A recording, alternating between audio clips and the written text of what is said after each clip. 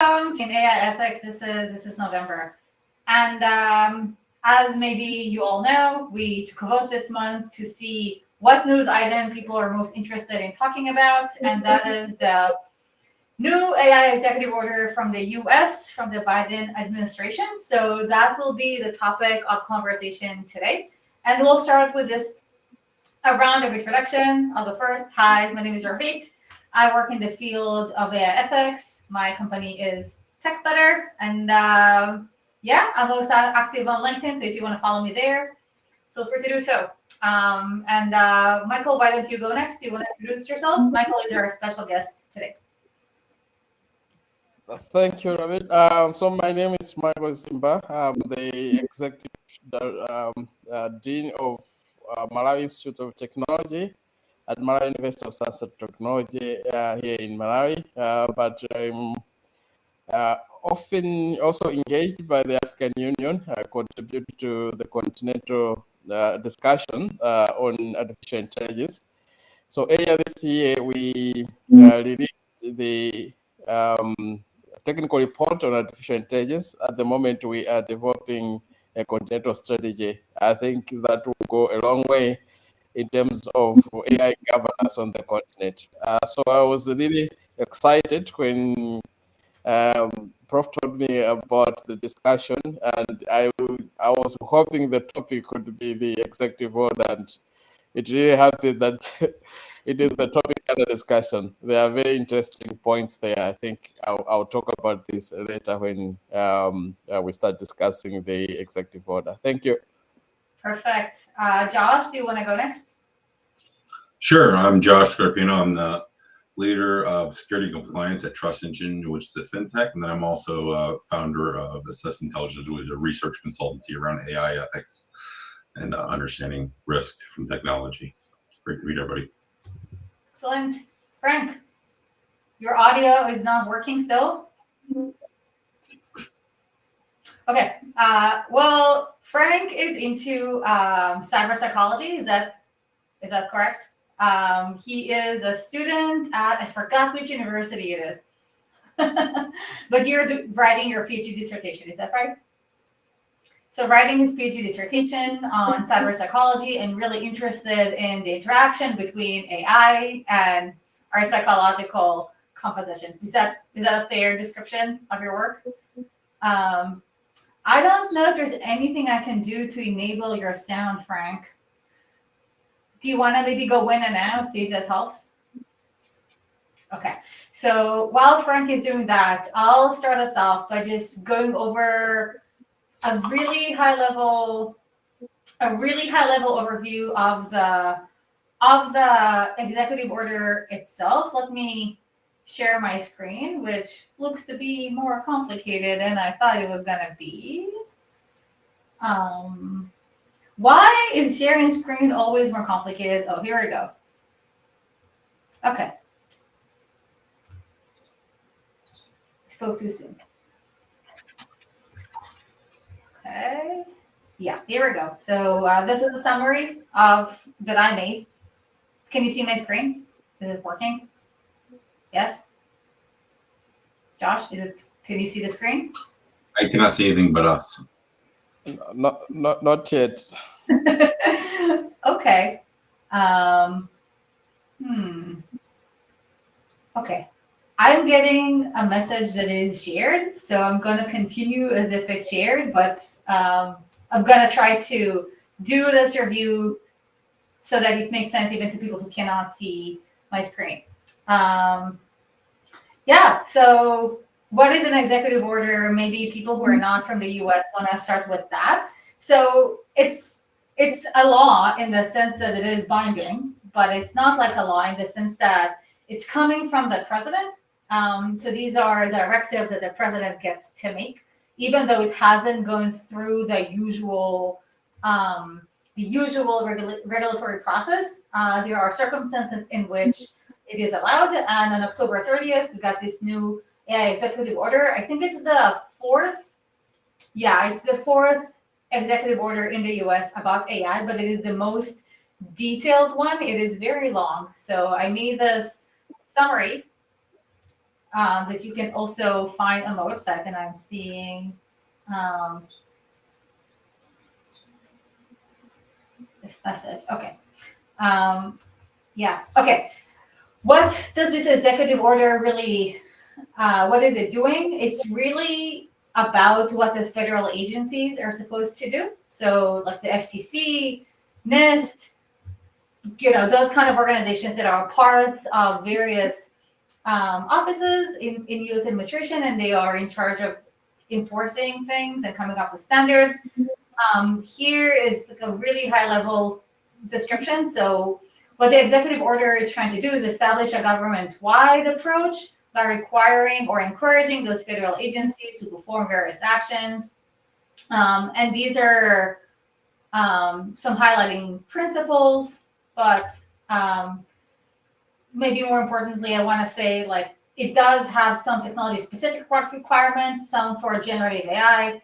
And the key requirements for that is for the Secretary of Commerce to write a report, to be used to create guidance about standards, identifying provenance, preventing generation of child sexual abuse material, and auditing synthetic content. Also, technology-specific requirements are about what is called CBRN, so AI in chemical, biological, radiological, or nuclear weapons. So here again, we see requirements for the federal agencies to evaluate. Yeah, sorry. Is there a problem? People are saying they can't see the screen in the chat. Sorry? People are saying they can't see your screen in the chat. And the stream seems to be displaying what you're sharing. So I don't know why. So I'll just stop share or stop thinking that I'm sharing. And I will put a link in the chat to where they can find this summary on my website. Thank you for telling me, Josh. Yep.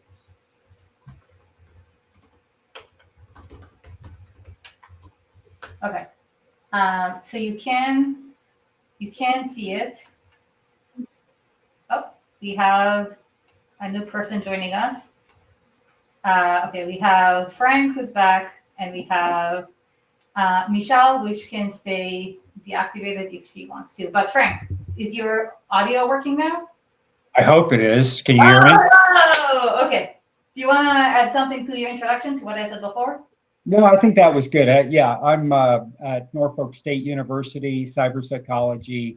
I spent 25 years building digital applications, building digital tools and processes. And for the last 3 or 4 years, have been focused in on a more philosophical approach to the technology, really trying to look at a perspective of how we're evolving with our technology and the relationship that we're building together. So, okay, thank you. Yeah. Are you seeing my screen now? No. Okay. I will stop trying. Oh, we also have Maha who is joining us now. So I'll just, hi Maha. Hello, hi. Hi, how are you? Good. Happy to see you. Okay, so I'll just finish maybe my brief overview and then we'll go to the discussion. Okay, so I just wanted to say some requirements are specific to the technology, like generative AI, AI in various kinds of weapons and foundation models. So here we see requirements for federal agencies to come up with various structures to deal with these technologies.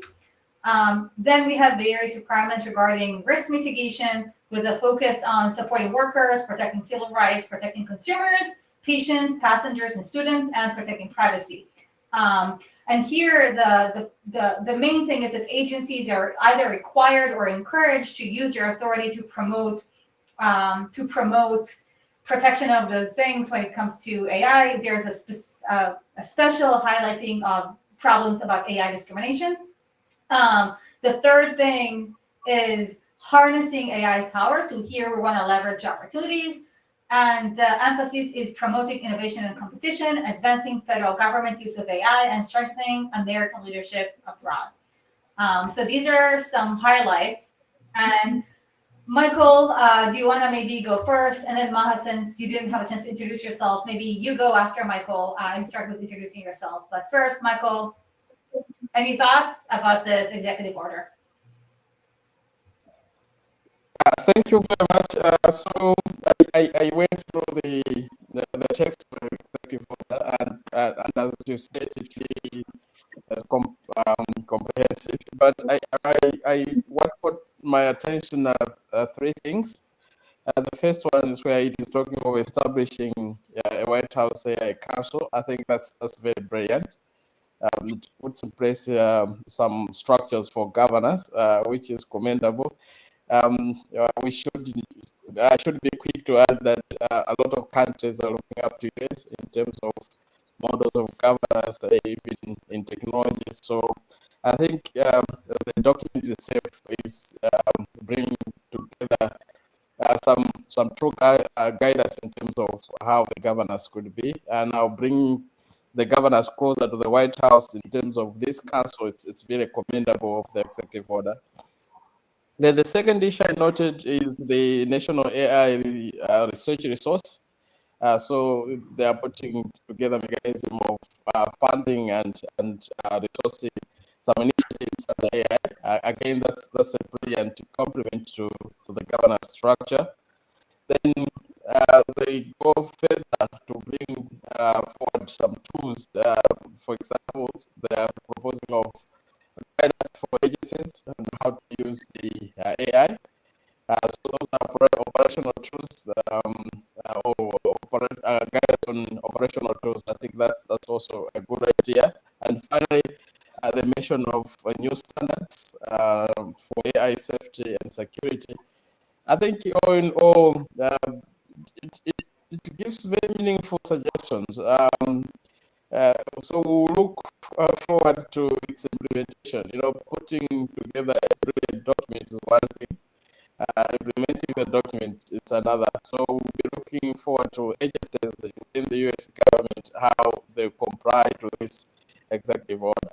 Otherwise, a lot of nations now are still struggling to put together some sort of law or regulatory framework, and everybody else is almost at brainstorming level. So this executive order by U.S. government should be commended. Thank you very much. Thank you, Michael. Maha, do you want to go next? Introduce yourself and then say what you think about what Michael just said or what you think about the executive order. Oh, yeah, thank you. My name is Maha. I work as AI policy researcher and AI atheist. I'm based in Senegal, for instance. I'm going to talk about what is happening in Senegal, proceeding from Mr. Michael. And in Senegal, the AI national policy has been launched in 14 September. But there is still issue on legal framework because all of the laws and all of the text relating to the digital sector are largely designed more than 10 years ago. And basically all what we have now as laws and regulation and so on doesn't consider and take into the account the ethical principles established by international organization, notably UNESCO. And moreover, we at African level, as Michael Zimba know, we don't consider the resolution of 473 of the African Commission of Human and People's Rights, which said the need to undertake a study on human and people's rights and artificial intelligence, robotics, and other new emerging technologies in Africa. So at African context, I'm not going to say that I'm not optimistic, but still the effort, it's not yet done in the way what we expect. I hope that you are hearing me. Moreover, in Africa, we are in front of the two empirical visions and perspectives of AI. The AI for human rights, or let's say the democratic AI led by Mr. Joe Biden and the White House. On the other side, we are in front of AI and self-defense, or let's say how Chinese they see their AI policy, which is AI is serving the nation. So between these two schools, between these two different visions, one is the Asian Chinese one, and the other the American African. Still, we are in the middle. We don't know. There are no a clear point of view, and I hope that the debates going in America will impact Africans not to do a copy paste. I don't want them to bring the model, the US model, but at least help them to think about it and to think on what kind of AI policy model we need in Africa, because Africa, it's not one. There are many Africans. We are the Francophone Africa. There are the Arabophone Africa. There are the Anglo-Saxon Africa. There are the Portuguese Africa. There are many Africans. So how come this diverse background and diverse policy comes together on one African policy which respects the human rights and calls for democracy, like the model and like what is running now in US? Okay, excellent. Yes, so let me kind of emphasize some points that both of you had made, and then we'll go to either Josh or Frank, whoever wants to chime in first. Okay, so Michael, one thing I really liked you said is about how this executive order seems like a good start. However, it's all about the implementation. And we had a question in the chat about, are there any specific metrics that are being suggested? And I answered that not really. However, there's a really good, so Stanford, the HAI Center at Stanford, they made a list of 100 and something things that the executive order asks the agencies to do. So these are kind of metrics for tracking the implementation. So that would be interesting to look at, whether things are going to be acted on. And one point I really liked about what you said, Maha, is that when a powerful country such as the US comes out with an executive order about AI that is detailed to the level that this one is, it does actually have global impact. And there's a question of how this document is going to influence other countries, especially countries in Africa, which kind of, as you said, Maha, just to emphasize your point, kind of stands in between, and you put the axis as US on the one end and China on the other hand. And there's a risk, you pointed out, that people in African countries will just do copy-paste of this document, which you say would be unfortunate because it's a document that was created for a different context. So it's not necessarily going to be a good fit, and even more so, it's going to be a bad fit in many ways if it's just going to be adopted as it is. So these are just some points that I liked about what you, Michael and Maha had said. And so Frank, Josh, that one of you want to weigh in? Yeah, I'll jump real quick. I think another thing that's important to call out is, a lot of times when we have executive orders, it's focused toward putting controls in place around the government, right? But a lot of people forget that a lot of the things flow downhill, right? So there's a lot of organizations that support governments through contracts, through other initiatives. So they're going to be required to adhere to these same controls that are going to be implemented across the federal workforce. So it's critical that people understand, where we're going with this and what these new rules are going to have as far as an impact on their organization as they support organizations that have federal contracts. Yeah, I thought it was interesting. So, clearly it's an executive order, right? And as Josh was pointing out, it has some weight in the federal government in terms of directions being sent out specifically to different branches, different organizations, Energy Department, those kind of folks, about things that they need to be responsible. There are several mentions in there within 270 days of the release of this. The Department of Energy shall do this and shall do these things. They conduct these research programs, do these assessments, and take a look at their situation. In the bigger sense, You know, it's very generic, and I think that they're trying to appease both the business aspect, right? Because they don't want to stifle business. They don't want to kill it. So one of the, you know, they talk about metrics. One of the few ones in there, they talked about 10 to the 26 flops, right? They're trying to give size to these things. They're talking about the size of these deals. So I took that data, 10 to the 26 flops and, you know, 100 gigabytes and tried to run some, you know, basic analysis on that. And I'm not even sure the ChatGPT Fault 4 falls into that. It might, it probably does, but it's huge. And there's all sorts of ways to get around that data, right? And I also noticed that with Chat and others are now saying, hey, we're going to give you the tools to do it yourself, right? So they're breaking it up and so lots of people aren't going to fall into this perspective of they're not going to reach the levels that are set here. And that's one thing. Again, I think it's a good start, as everybody has said. It gets the discussion happening and people thinking.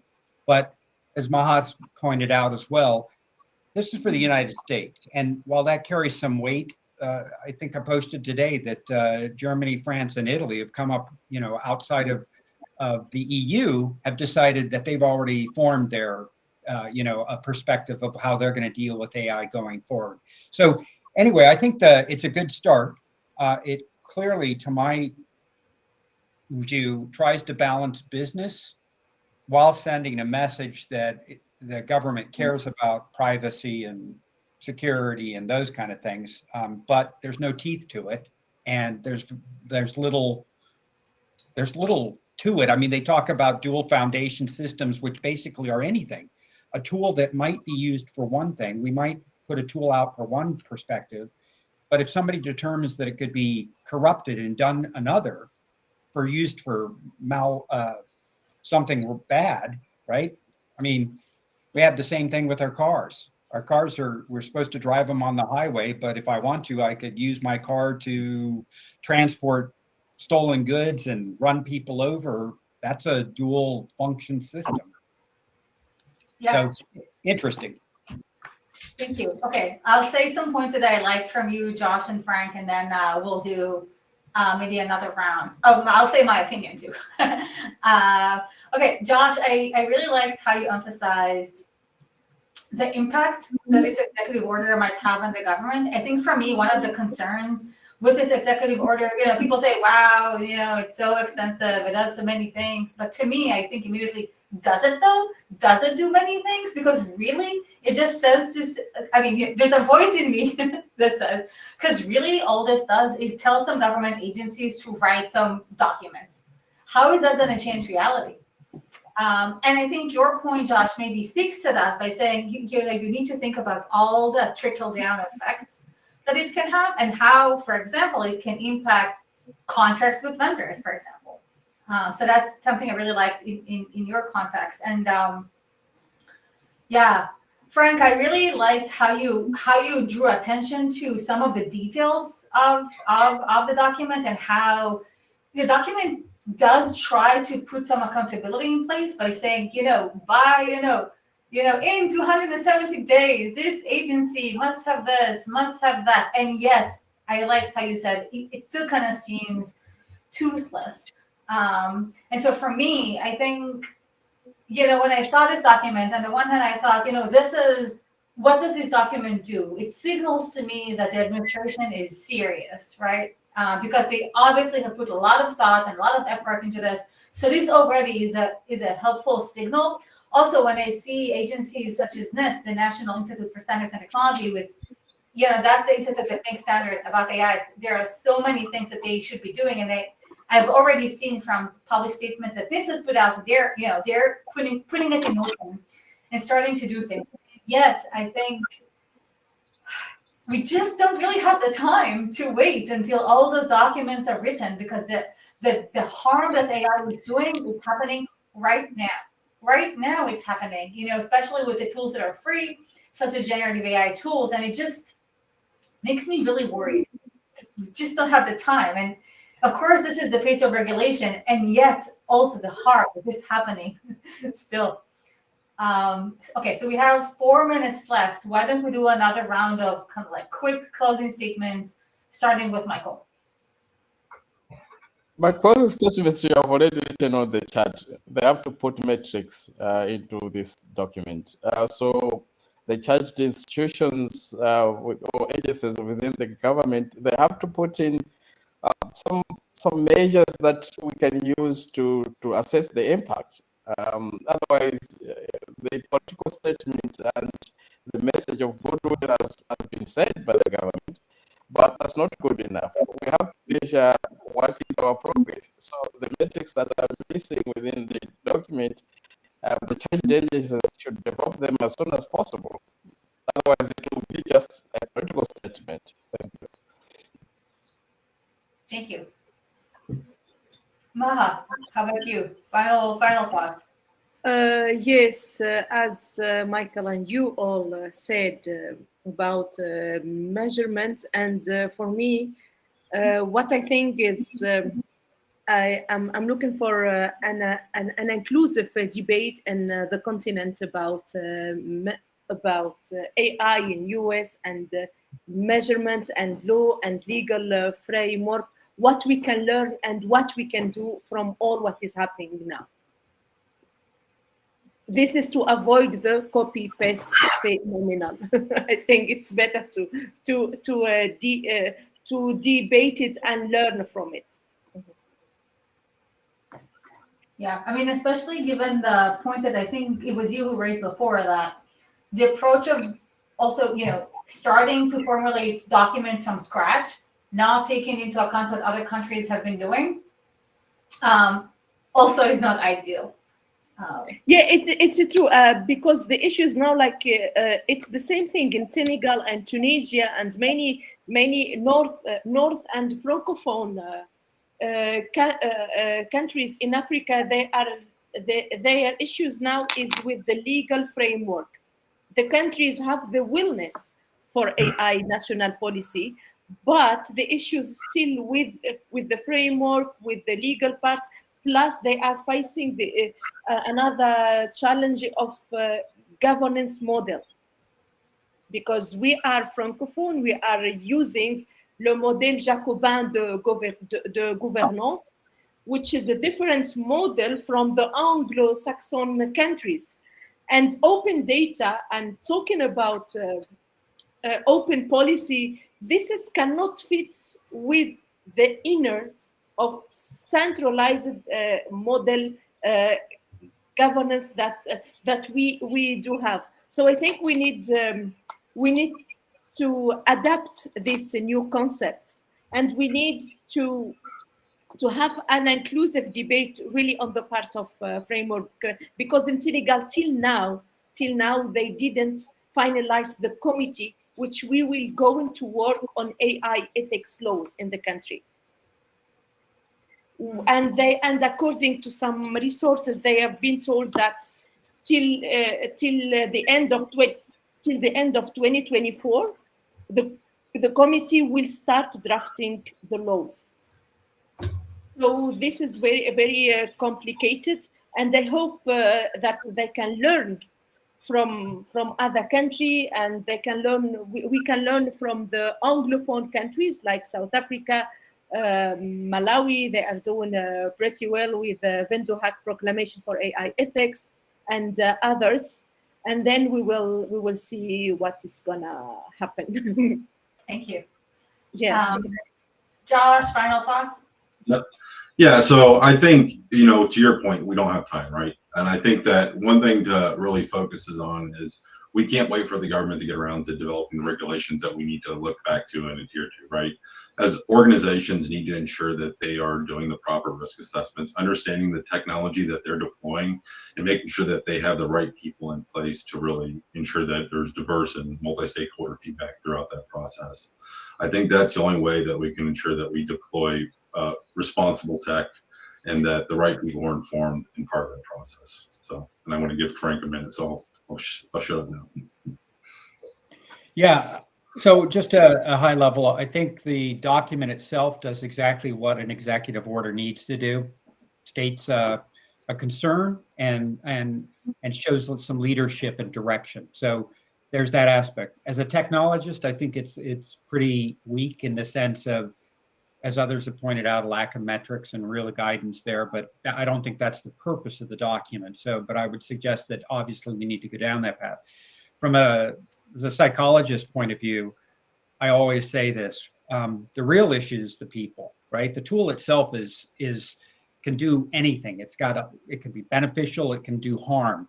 What we're really concerned about, in my mind, is coming up with a process and a program that ensures that the people that are using these tools are managed, and directed, and rules are made to enforce people, right? The tools are going to do only what we allow them to do. So building tools that have great potential to do great good and great harm, well, we just need to work on rules that govern the people, in my mind.